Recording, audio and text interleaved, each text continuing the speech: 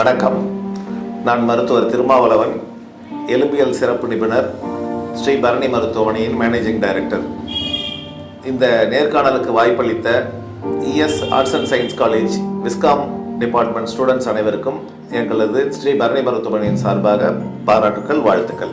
இந்த எலும்பு மற்றும் மூட்டு மாற்றுத்துறை அறுவை சிகிச்சை துறையின் சில சிறப்பு அம்சங்கள்னு சொல்ல போனோம்னா, நமக்கு மற்ற துறையிலேருந்து இது எப்படி டிஃப்ரெண்ட்டாக இருக்குதுன்றதை நம்ம பார்க்கலாம்.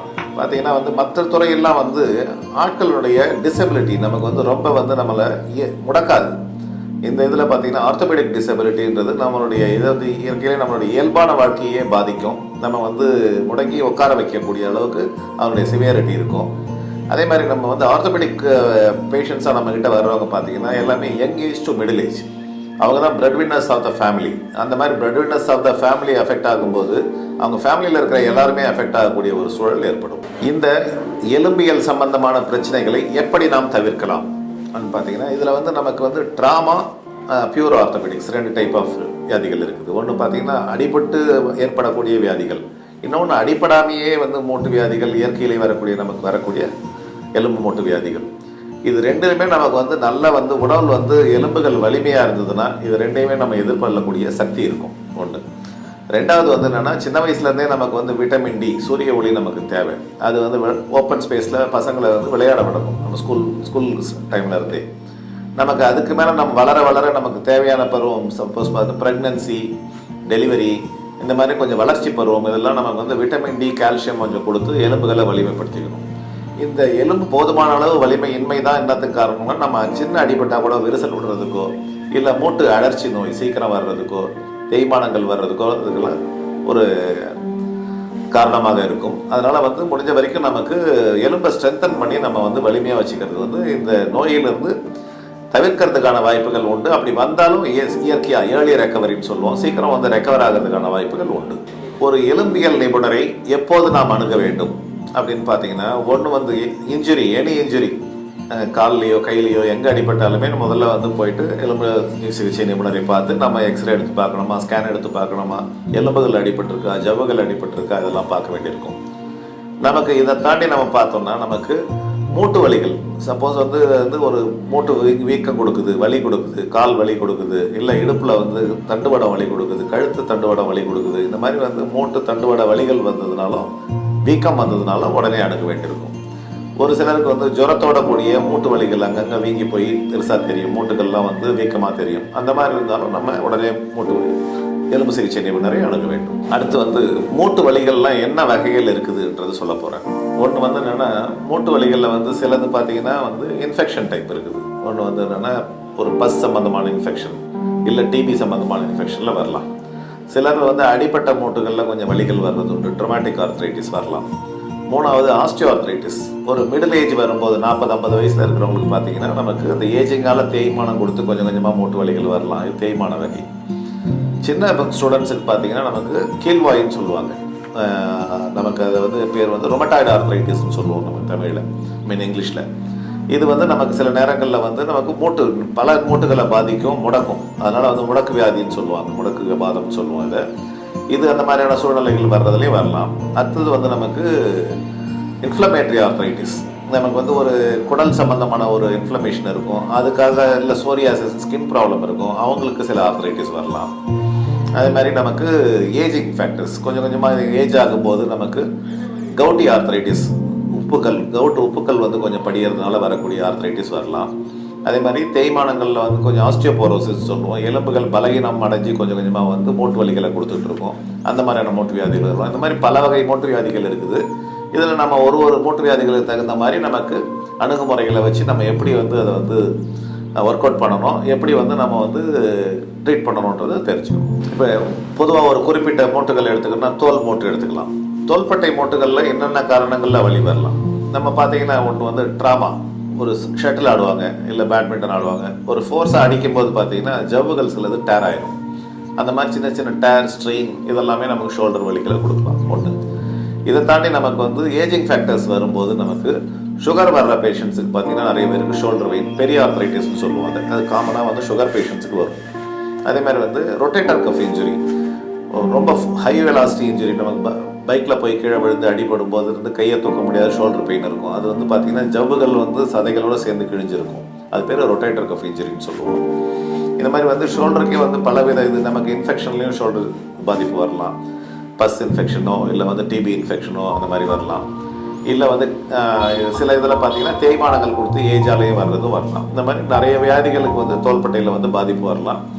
ஒவ்வொரு தோள்பட்டை பாதிப்புகளுக்கும் எப்படி அணுகணுமோ அந்த மாதிரியான இதில் வந்து நமக்கு இன்வெஸ்டிகேட் பண்ணிவிட்டு அதுக்கு ட்ரீட் பண்ண ஆரம்பிக்கணும். அதே மாதிரி சிலருக்கு வந்து ஒரு ஐயப்பாடுகள் இருக்கலாம். நம்ம வந்து ஒரு அடிபட்டது அப்படின்னா நமக்கு அந்த இடத்துல ஐஸை உபயோகப்படுத்தலாமா கூடாதா அப்படின்றது ஒன்று. நிச்சயமாக வந்து காயங்கள் இல்லாத உள்ளடியாக பட்டுட்டு நமக்கு வீக்கம், கன்ட்யூஷன்ஸ், ஸ்ட்ரெயின், லிகமெண்ட் இன்ஜுரிஸ்லாம் இருக்கும்போது நமக்கு ஃபஸ்ட் எய்டாக நம்ம ஃபஸ்ட்டு சொல்கிறதே வந்து ஐஸ் அப்ளிகேஷன், கோல்டு அப்ளிகேஷன் தான். நமக்கு வந்து இப்போல்லாம் ஐஸ் வாட்டர் பேக்ஸ் இருக்குது. நமக்கு வந்து ஃப்ரீசர்லேருந்து எடுக்கக்கூடிய ஸ்பெஷல் பேக்ஸ்லாம் இருக்குது. அதெல்லாம் வச்சு அப்படியே வந்து ப்ரெஸ் பண்ணோன்னா ஃபியூ மினிட்ஸ் ப்ரெஸ் பண்ணிவிட்டு திரும்ப எடுத்தோன்னா நமக்கு உள்ள அந்த ஹெமட்டோமா ஃபர்தராக வந்து அந்த ரத்தக்கட்டு வந்து விரிவடைகிறதுக்கு வாய்ப்பு இல்லாமல் கொஞ்சம் சுருக்கம் கொடுக்கும். வீக்கங்கள் வந்து சுருக்கும். இந்த மாதிரி சுருக்கும் போது நமக்கு வலியின் தன்மையும் கொஞ்சம் குறைஞ்சி வரும். முதல் 2 நாட்களுக்கு முக்கியமாக நம்ம வந்து ஐஸ் ஒத்தடம் கொடுக்குறத நாங்கள் வந்து டாக்டர்கள் ப்ரமோட் பண்ணுவோம். கொஞ்சம் அந்த ஐஸ் ஒத்தடங்கள் கொடுத்து அந்த வீக்கங்கள்லாம் சுருக்கம் கொடுத்த பிறகு அதுக்கப்புறம் ஹாட் வாட்டர் ஃபோமெண்டேஷன் கொடுக்க சொல்லுவோம். இந்த மாதிரி ஒரு ஸ்டேஜாக என்னென்ன ஸ்டேஜில் நமக்கு இன்ஃப்ளமேஷன் இருக்கோ அதை பொறுத்து நம்ம ட்ரீட் பண்ண வேண்டியிருக்கும். அதே மாதிரி நம்ம அந்த ஹாட் வாட்டர் ஃபோமெண்டேஷன் சொல்கிறோம். ஹாட் வாட்டர் ஃபோமெண்டேஷன் நல்லதா கெட்டதா ஒரு சிலருக்கு சில கொஸ்டின்ஸ்லாம் இருக்குது. ஹாட் வாட்டர் ஃபோமெண்டேஷன் வந்து நமக்கு நல்லது தான் செய்யும். அது ஆனால் மிதமான சூட்டில் இருக்கணும். நம்ம வந்து ஒரு 40 டிகிரி டு 60 டிகிரியில் தான் இருக்கணும். நம்ம வந்து அதிகமான ரொம்ப ஹெவி சூடு வச்சுருந்து அப்போ கொதிக்கக்கூடிய இதில் இருக்கக்கூட ஒரு கொதிக்கக்கூடிய தண்ணியோ இல்லை ரொம்ப ஹீட்டான ஒரு வேக்ஸோ அதெல்லாம் வச்சு ஹீட் பண்ணும்போது தான் நமக்கு சில சமயங்களில் கொப்பளங்கள் தோலில் உற்பத்தி ஆகலாம். அதனால் நம்ம ஹாட் வாட்டர் ஃபோமெண்டேஷன் கொஞ்சம் மீடியமான ஹீட்டில் வச்சு அது ஹாட் வாட்டர் பேக்குள்ளே போட்டுக்கணும். தண்ணியை ஊற்றும் போது டைரெக்டாக நம்ம ஸ்கின்னில் படாமல் ஹாட் வாட்டர் பேக்குள்ளே ஊற்றி க்ளோஸ் பண்ணிவிட்டு அந்த ஹாட் வாட்டர் பேக்கை நம்ம மூட்டு மேலேயோ வலிக்கிற இடங்கள் மேலேயோ வச்சோம்னா நமக்கு வலி குறையும். நமக்கு வைக்கும்போதே நமக்கு ஒரு சப்ஜெக்டிவ் சென்சேஷன் நம்ம ஃபீல் பண்ணுறது, பேஷண்ட் ஃபீல் பண்ணுறதை பொறுத்து நமக்கு சப்போஸ் அது ரொம்ப ஒரு குறிப்பிட்ட ஸ்டேஜில் நமக்கு எரிய ஆரம்பிக்குது ஸ்கின் அப்படின்னா நிறுத்திக்கணும். நமக்கு நம்ம ஒரு ஸ்கின்னும் ஒரு மாதிரி இருக்கும். அதுக்கு தகுந்த மாதிரி ஹாட் வாட்டர் ஃபோமெண்டேஷன் கொடுக்கணும். முழங்கால் மூட்டு வலி என்னென்ன காரணங்களால் ஏற்படலாம் அப்படின்னு பார்த்தீங்கன்னா, ஒன்று வந்து நமக்கு இன்ஜுரிஸ். காமனாக வந்து இப்போ ஃபுட்பாலர், ஒரு ஹாக்கி பிளேயர்ஸ், ஒரு இதெல்லாம் கபடி பிளேயர்ஸ்லாம் வந்து முட்டு அடிபட்டுச்சுன்னா உள்ளகிற ஜவ்வுகள், குதிரை குழம்பு ஜவ்வுகள் சொல்லுவோம், இல்லை வந்து குரூஷியேட் லிகமெண்ட் சொல்லுவோம், அந்த ஜவ்வுகள் அடிபடலாம். இதில் மூட்டு வலிகள் வரலாம். ரெண்டாவது வந்து நமக்கு எனி இன்ஃப்ளமேஷன், கீழ்வாயு மாதிரி இருக்கக்கூடிய இன்ஃப்ளமேஷன்ஸு, ஆஸ்டியோ ஆர்த்ரைட்டிஸ் மாதிரி தேய்மானத்தினால வரக்கூடிய இன்ஃப்ளமேஷன்ஸ், கவுட் ஆர்த்ரைட்டிஸ்ன்னு சொல்லுவோம், ஒரு பர்டிகுலர் உப்புக்கள் வந்து ஜாயிண்ட்டில் படியறதுனால வர இன்ஃப்ளமேஷன்ஸு, மற்றும் infections, biogenic infection, TB infection, இந்த மாதிரி இன்ஃபெக்ஷன்ஸால் வரலாம், ஏஜிங் ஃபேக்டர்ஸால் வரலாம். இந்த மாதிரி மல்டிபிள் ஃபேக்டர்ஸில் நமக்கு இந்த மூட்டு வலிகள் வரலாம். ஒரு மூட்டு வலிகளுக்கான காரணங்களை பார்த்து அதுக்காக வந்து டயக்னோஸ் பண்ணி அதை வந்து ட்ரீட் பண்ண வேண்டியிருக்கும். எலும்பு மற்றும் மூட்டுகளுக்கு வந்து உணவு பழக்க முறைகள் எதெல்லாம் சிறந்தது அப்படின்றது ஒரு இது இருக்குது. மக்களுக்கு பொதுவான ஒரு விழிப்புணர்வு தேவைப்படுது. நமக்கு எலும்புகள் ஆரோக்கியம் கொடுக்கணும்னா முதல்ல பார்த்தீங்கன்னா சின்ன வயசுலேருந்தே நம்ம குழந்தைகளுக்கு வந்து தாய்ப்பால் கொடுக்கறதுலேருந்தே ஆரம்பிக்கணும். கொஞ்சம் குழந்தைகள் கொஞ்சம் பெருசாக பசும்பால் கொடுக்க ஆரம்பிக்கணும். இதெல்லாம் வந்து விட்டமின் டியும் கால்சியமும் நிறைய இருக்கக்கூடிய உணவுப் பொருள்கள். இன்னும் கொஞ்சம் வளர்ந்த குழந்தைகளுக்கு பார்த்தீங்கன்னா முட்டை கொடுக்க ஆரம்பிப்போம். முட்டையில் இருக்கிற வெள்ளைக்கருவில் முக்கியமாக வந்து கால்சியம் ரிச் இது இருக்குது. நம்ம பெரியவங்களான பிறகு நம்ம சாப்பிட வேண்டியது பார்த்திங்கன்னா கேழ்வரகு ஐட்டங்கள். என்னென்னலாம் கேழ்வரகுல செய்ய முடியுமோ அந்த மாதிரி விஷயங்கள் செஞ்சு சாப்பிட்லாம்.